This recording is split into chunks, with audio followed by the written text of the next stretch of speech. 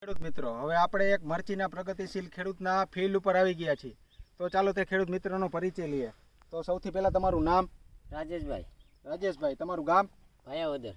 ભાયાવદર. તમારા mobile number? 9828 81055.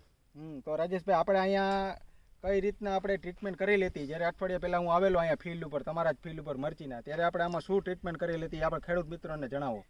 પેલા 100 દિવસ પેલા હાવ કોકડ ફૂગનાશક બધું ભેળું થઈ ગયું ભેરું થઈ ગયું હતું મરચીમાં. તે મરચીમાં તે પછી દવા મારી સદી પછી સદી પહેલા તે પછી નો આ નિકાલ આવ્યો હે.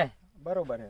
હાવ ખુલ્લો પાન થઈ ગયું એકદમ ખુલ્લું પાન ને એકદમ એની જે ફૂટ છે કાળાશ અને હા ટૂંકી કાતરિયા જે ફૂટ પકડી છે કાળાશ પડતી છે. એક નંબર ફૂટ છે એની. એક નંબર. અને પાન એકદમ ચોખ્ખા અને લીસા. હા. કે જેમાં એક આપણે જોઈએ ને તો કુકરનો જે પ્રશ્ન હતો ને પેલા અઠવાડિયા પહેલા કે જે હું આવ્યો હતો ત્યારે તમને આ વેલગાર્ડનો રાઉન્ડ લખી દીધો તો મેં મરચી. હા લખી દીધો. જે કુકરવાટ ને વાયરસનો જે પ્રશ્ન હતો એ આપણે આમાં મારેલો, ત્યારબાદ તમને આ રિઝલ્ટ જોવા મળેલું. હા હાઈ ક્લાસ રિઝલ્ટ હો. બરોબર. અને ત્યારબાદ આપણે આમાં મરચીમાં કડ પડતી હતી કાયદેસર. કાયદેસર. બે હાયરુમાં અલગ અલગ કડ હતી, બે વેરાયટી વાવી હતી તમે આમાં. બે સાનિયા અને રેવા. બરોબર. તો એમાં તમારે કાયદેસર ભેગું થઈ ગયું એવું દેખાય છે અત્યારે આમાં? હા રેડી એક હરકું થઈ ગયું બધું લેવલમાં. હા બરોબર છે. નકર કાયદેસર કડ પડતી હતી. તો આ વેલગાર્ડ મારી ત્યારબાદ આપણે બીજા ખેડૂત મિત્રોને સલાહ કરી શકીએ? હા મરાય આનો પ્રે કરાય. બરોબર છે.